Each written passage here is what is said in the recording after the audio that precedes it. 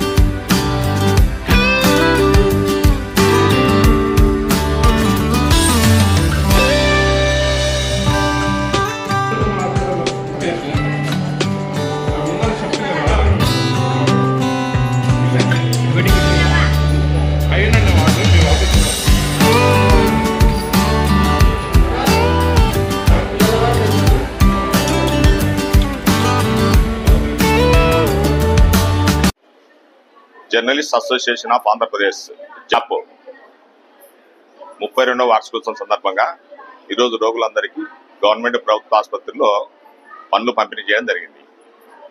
ఈ జాప్ యూనియన్ 3 దశాబ్దాలుగా పత్రికా స్వేచ్ఛ, పత్రికా స్వాతంత్రం, విలేకరుల సమస్య మీద పోరాడుతూనే ఉంది.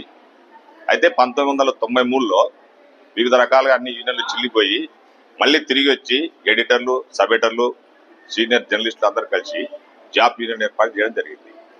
ఈ సందర్భంగా పలు సమస్యల మీద పోరాటాలు సాగిస్తూనే ఉంది.